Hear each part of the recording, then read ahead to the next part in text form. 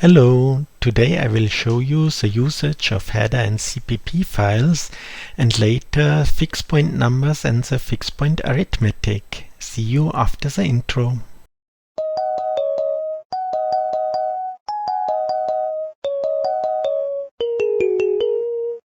Today I will show you how you can create your own software libraries with header and CPP files, how to measure the execution time of different software parts, how to access the upper byte or the upper 2 bytes of bigger integer numbers, and finally I will show the fixed point arithmetic for addition, subtraction, multiplication and division. In order to structure programs more clearly and to improve the reusability of program code, program parts which relate to the same category are packed in CPP files. Everything that is in a CPP file is initially not visible to other program parts, so encapsulation is achieved in this way. Everything that should be visible to other program parts must be published in the header files. These header files are the interface to the other program parts. So the CPP files can be developed, modified and optimized independently of the rest of the program code as long as the interface and the associated program function do not change. When we create and save a new program in the Arduino development environment, we get the following file. Here's the program name, dot and the extension INO. The system automatically creates the empty setup routine and the empty main loop. At the beginning, the required libraries are included. Here's the Arduino library and the standard integer library. Here we can also add with include our own libraries. The header file name should look like this. The library name, a dot and a lowercase h. Before you start to write any interface information into the header file, you should write this frame here in the header file.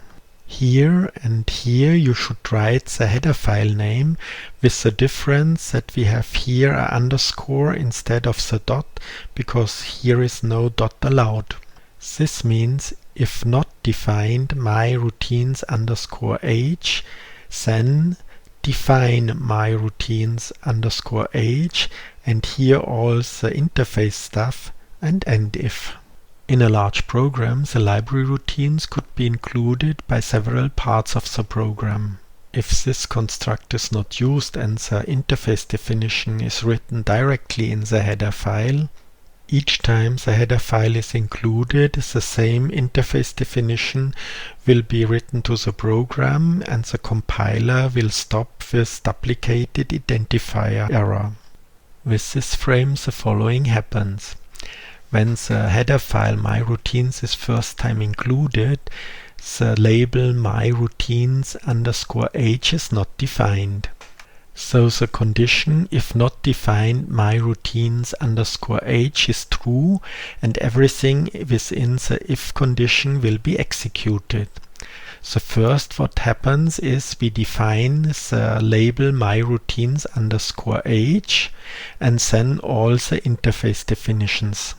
If now include further program parts, our header file myroutines, the condition if not defined myroutines underscore h is not any longer fulfilled because myroutines underscore h is already defined and all the statements in the if condition will be not executed. So it is ensured that the interface definition is only included one time in a big program. Now we include in the header file all the libraries which are necessary for the interface definition. Here we need the standard integer library. The library program file name is the same name as the library header file name, but with the extension dot and lowercase cpp. First you should include the library's header file for the interface definition, and then include all the libraries which are needed in your library. And then write all the program code for your library. In this simple case we have only one routine which multiplies a given number x with the factor 3. Now the routine 3 times is only visible within the file myroutine.cpp. In all other program files this routine is not visible. As soon we write the routine header here in the library header file here and end the line with semicolon, the routine 3 times is visible to all program parts, which includes the header file myroutines.h.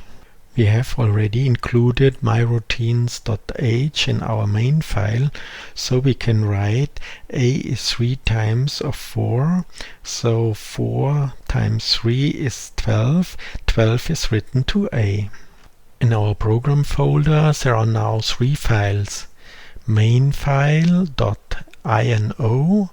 myroutines.cpp and myroutines.h. In the Arduino development environment it looks like this. We have here our main program written as usual, and additional we have included myroutines.h. Now we want to create a CPP file. We go to this box, open it, select new tab, and now we can here enter the file name myroutines.cpp and OK. And now we can copy the CPP code to the CPP file. Next we create the header file. We go again to the box, open it, select new tab, write myroutines.h, OK, and copy now the header file code into the header file.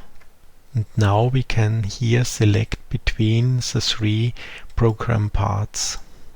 And now we can upload the program. We go here to Sketch and Upload. And we see the program was translated without any errors. To write efficient code, it is useful to compare different code variants with a timing measurement. We use the timer 1 because it is not used by the Arduino development environment, and it is a 16-bit timer. With an 8-bit timer, which counts only up to 255, we can run in an overflow condition if we measure integer division. The details for the register setup we can see in the datasheet ATmega 329p. In the chapter 15, 16-bit timer counter 1 with PWM, and in the subchapter 15.11 register description. We set the timer 1 registers as follows: normal function, no PWM, no input capture, no pin change. The prescaler is set to 1, so the counter counts every clock cycle with 16 MHz, and we have a timing resolution of 62.5 nanoseconds. The actual counter value can be read via register TC and T1. In the setup routine we call the setup routine for timer 1. In the setup routine for timer 1 we set our register according our preferences. Additional, we have 2 functions, timer start and timer end, where we can get the counter value at the begin and at the end of the measurement. In the main loop I activate now the timer test, and I go back to the timer test and upload the timer test to the Arduino Nano board, so that we can compare the output with the program code here. We define 2 16-bit variables T1 and T2 to store the start and end time.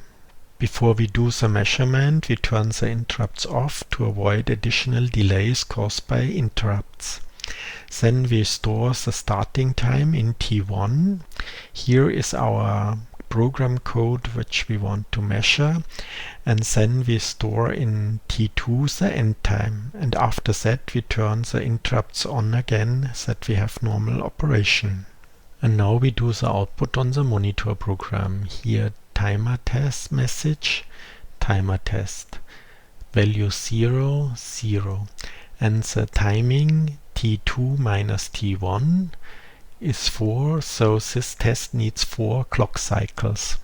So this empty measurement needs already 4 clock cycles. To avoid always to subtract the number 4, we go up here and write on the end function -4 and upload this. And now we get for the empty routine a timing 0. For our fixed point arithmetic, we need often access to the upper byte or the upper 2 bytes of a bigger integer number. This could be done with a shift operation to the right, but more efficient with the 2 type elements I introduced in the last video, struct and union, to access the upper 1 or upper 2 bytes directly. To have access to the upper byte of a 16-bit number, we build a struct called FixPoint.h, and it is built up with 2 bytes. The upper byte is an signed 8-bit integer and the lower byte is an unsigned 8-bit integer. This struct has a size of 16-bit, and we overlay this 16-bit here with a normal signed 16-bit integer number. We have now access to the normal 16-bit integer, or to the higher byte of this 16-bit integer, or to the lower byte of this 16-bit integer. For access the upper byte, we will write a function called upper_int8_16, which will deliver the upper 8-bit of a 16-bit number. In the same way we do the access to the upper byte of a 32-bit number. We build a struct of 32 bits, consists of an signed 8-bit integer and 3 unsigned 8-bit integer. And this struct here we overlay with a normal signed 32-bit integer. With the function upperInt8_32, we will have access to the upper 8-bit of a 32-bit number. To get access to the upper 2 bytes of a 32-bit number, we build a struct of 32 bits consisting of a signed 16-bit integer and an unsigned 16-bit integer. And this struct we overlay now with a normal 32-bit signed integer. With the function upperInt16_32, we will get the upper 16-bit of a 32-bit number. In the Arduino development environment, we will create our own library FixPoint, which have access to the upper byte or upper 2 bytes of 16 and 32-bit FixPoint numbers. The files are called FixPoint.cpp and FixPoint.h. In the header file we have our interface definitions. It includes also the type definitions. Here we have the struct where we combine 2 bytes to a 16-bit number. Here we have the union where we overlay the 2 bytes with the normal 16-bit number. And here we have our struct where we combine 2 16-bit number to a 32-bit number. Here we have our struct where we combine 4 bytes to a 32-bit number. And here we have the union where we overlay the 32-bit number with the 32-bit number built of 2 16-bit number and the 32-bit number built of 4 bytes. Here we have also defined some fixed point constants which we will need in the future. A 16-bit fixed point 1 with a decimal point here and 8-bit decimal places. A 32-bit fixed point 1 with a decimal point here and 16-bit decimal places. And a 32-bit fixed point 1 with a decimal point here and 24-bit decimal places. And finally we have here the interface definition for our 3 routines to get access to the upper byte of a 16-bit number, to get the upper byte of a 32-bit number, and to get the upper 2 bytes of the 32-bit number. The source code for the 3 functions is in the FixPoint.cpp file and is relatively easy to understand. To get the upper byte of the 16-bit number x, we write x dot, select the overlay with the 2 bytes, and within the 2 bytes we select the upper byte, byte 1, and return it to the calling program. To get the upper byte of the 32-byte number x, we write x dot, select the overlay with the 4 bytes, and within these 4 bytes we select the upper byte, which is byte 3, and return it to the calling program. And finally, to get the upper 16-bit of the 32-bit number x, we write x dot, select the overlay part with the 2 16-bit numbers, and within this overlay we select the upper integer number, it's int1, and return it to the calling program. Now we have activated the access timing test in the main loop, and I go up to the access timing test and upload the program to the Arduino board, that we can compare the output on the monitor and the program code. We have here a 16-bit integer for input and a 32-bit integer for input, and an 8-bit integer for output and a 16-bit integer for output. With the keyword volatile, we inform the compiler that x could be changed every time with a parallel process. This enforces the compiler that x is loaded at this time here, and the compiler can do no assumption about its value.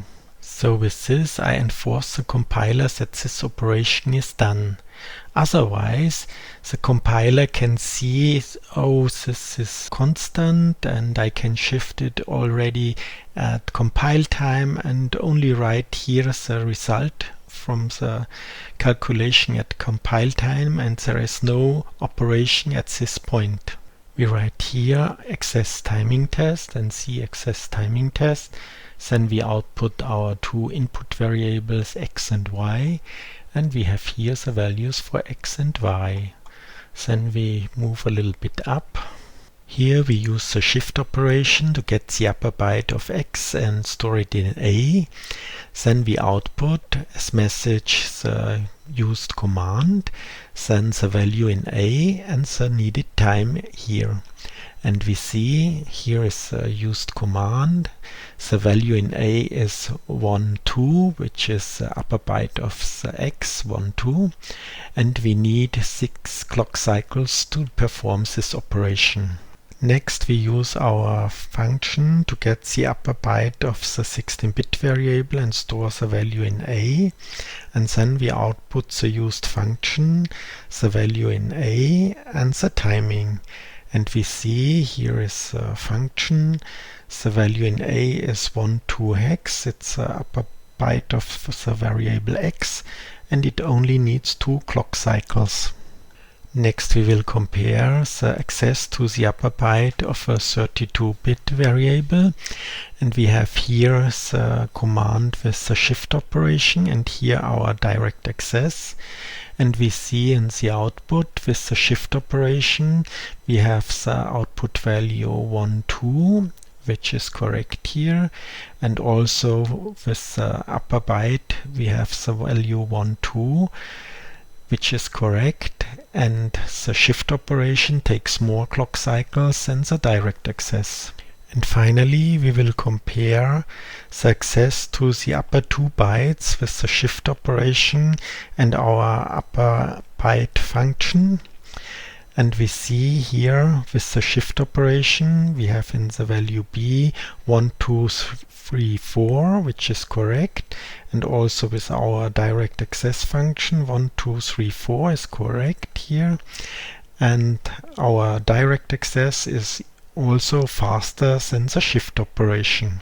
I will now remove the keyword volatile here from the variable definition to show you how good the compiler optimization on the Arduino C++ compiler works.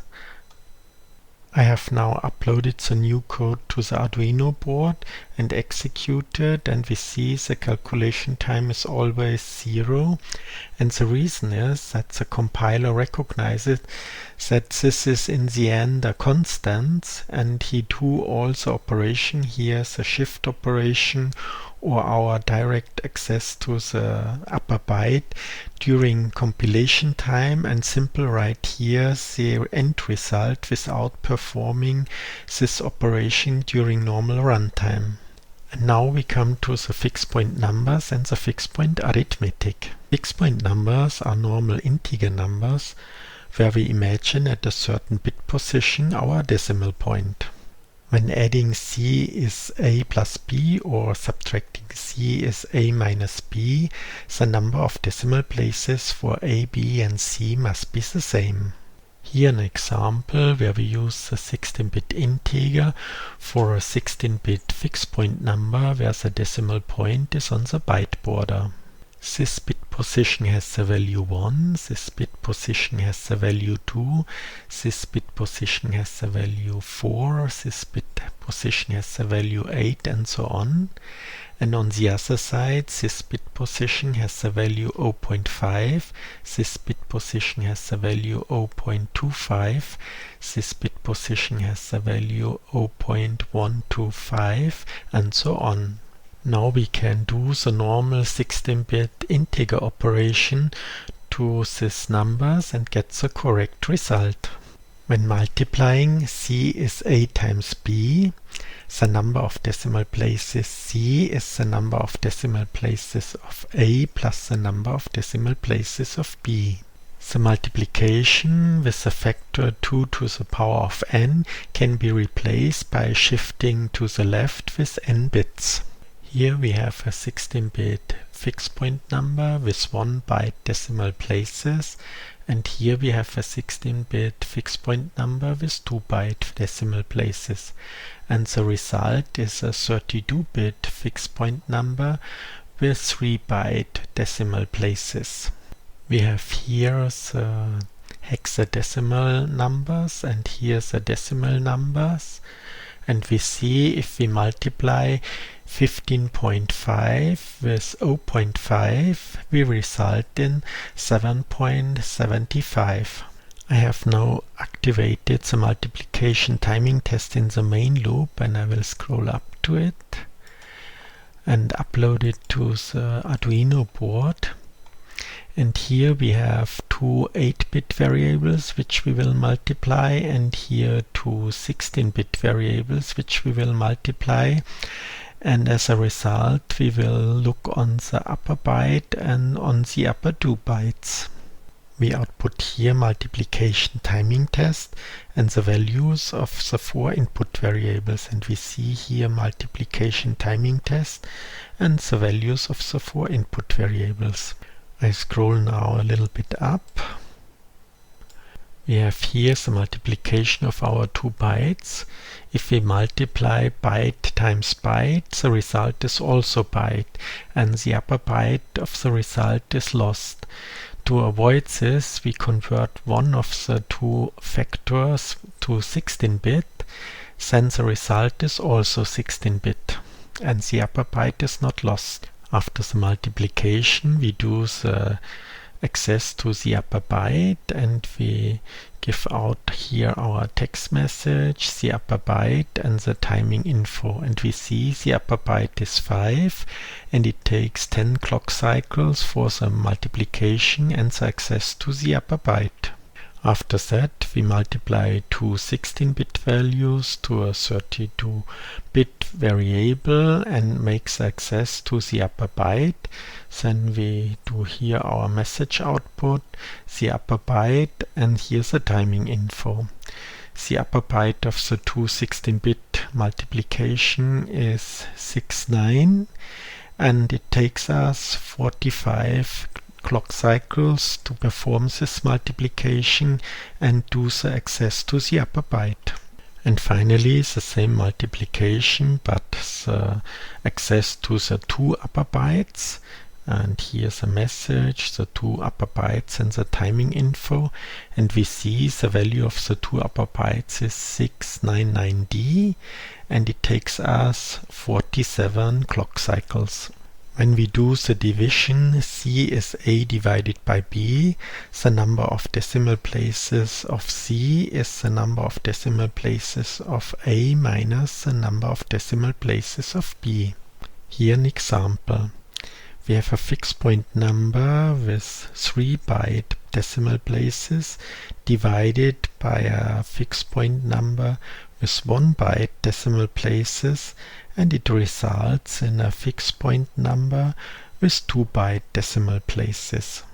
We have here the hex numbers, and here the related decimal numbers.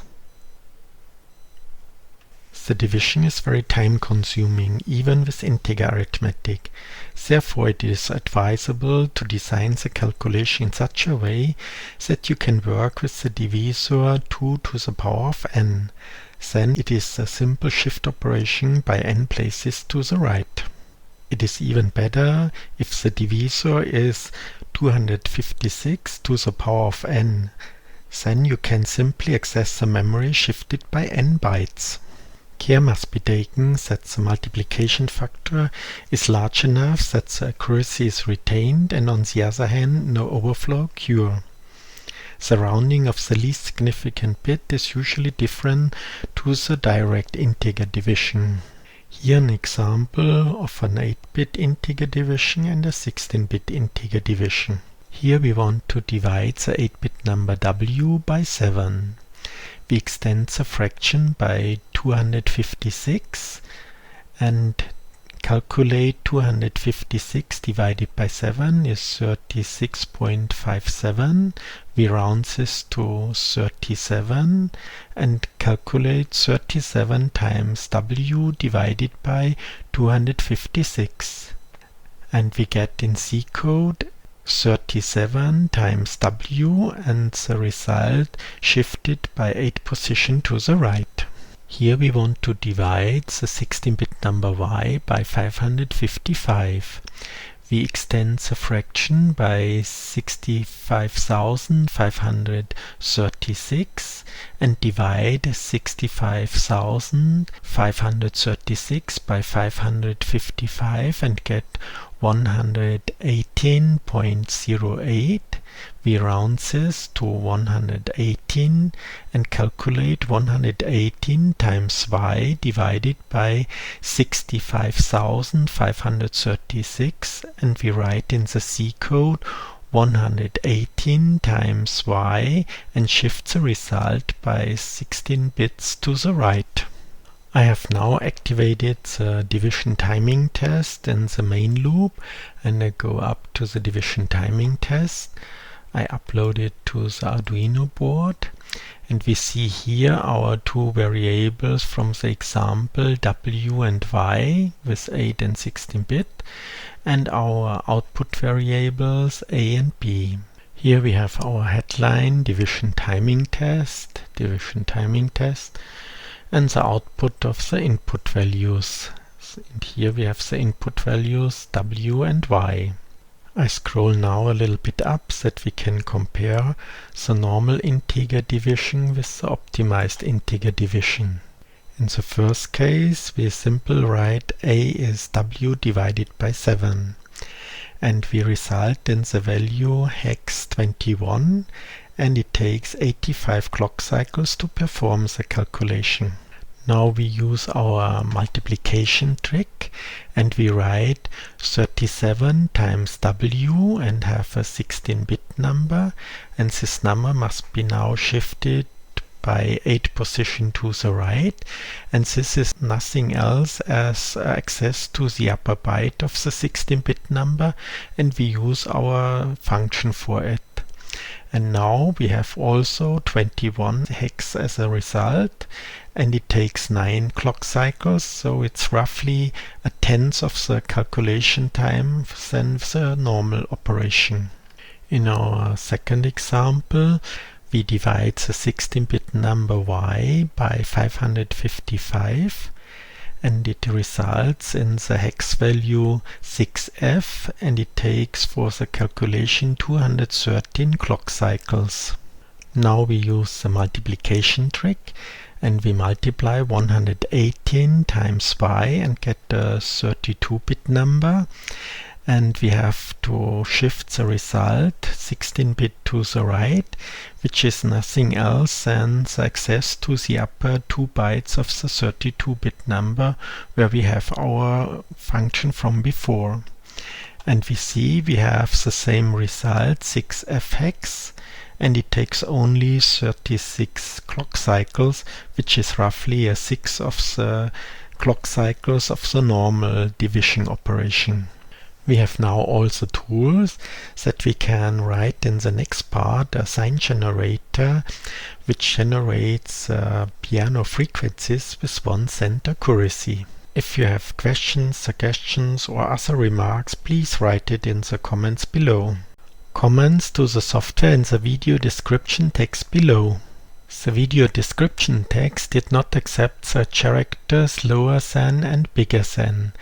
Therefore, these characters are replaced by the strings _LT_ for lower than and _BT_ for bigger than.